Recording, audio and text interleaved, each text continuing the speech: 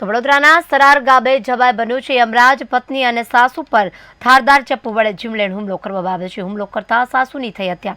સાસુની હત્યા કર્યા બાદ પોતે પણ કર્યો આપઘાત। ઈજાગ્રસ્ત પત્નીને સારવાર અર્થે હોસ્પિટલ ખસેડાઈ છે। સરાર બા વળી એકવાર હત્યાનો બનાવ બન્યો છે। અંગત અદાવતને લઈને જ હત્યા કરવામાં આવી છે। હુમલો કરતા સાસુની થઈ છે હત્યા। આ સમગ્ર બાબતે પોલીસ ફરિયાદ નોંધાઈ છે અને આગળની કાર્યવાહી હાથ ધરાઈ રહી છે।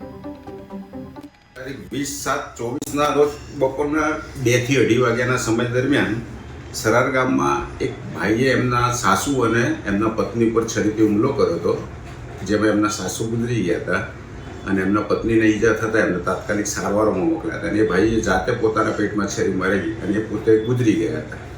તો એમની સાસુએ એમની લાશ દવાખાને મોકલતા જાહેર કીધું બંને ગુજરી ગયા છે। એમના વાઇફ જે દાખલ કર્યા હતા એમનું જેની ફરિયાદ લેવા પૂછપરછ કરતા હતા એમને પોતાનું નામ મનીષાબેન જિગ્નેશભાઈ જે પટેલ હતા, એમના વાઇફ હોવાનું જણાવ્યું હતું ને એમને કીધું હતું કે એમની જોડે 1.5-2 વર્ષની મેરેજ કરેલા હતા અને આ ભાઈ પીવાની ટેવવાળા હતા અને વારંવાર પીને ઝઘડો કરતા હતા એટલે કંટાળીને અહીંયા પોતાના પિયર આવી ગયા હતા। ગઈકાલે આ ભાઈ એને તેડવા આવ્યા હશે અને પછી એ બાબતમાં ઝઘડો થયો એટલે એમણે છરીના ઘા મારતા વચ્ચે એમના સાસુ આવતા એમના સાસુને માર્યા તો સાસુ મરી ગયા હતા। આ બેનને દાખલ કર્યા અને ભાઈએ પછી પોતાને લાગ્યા હોય તો પોતે જાતે છરીઓ મારીને ગુજરી ગયા। તો આ બાબતે દવાખાને જઈને મનીષાબેનની ફરિયાદ લઈ આગળ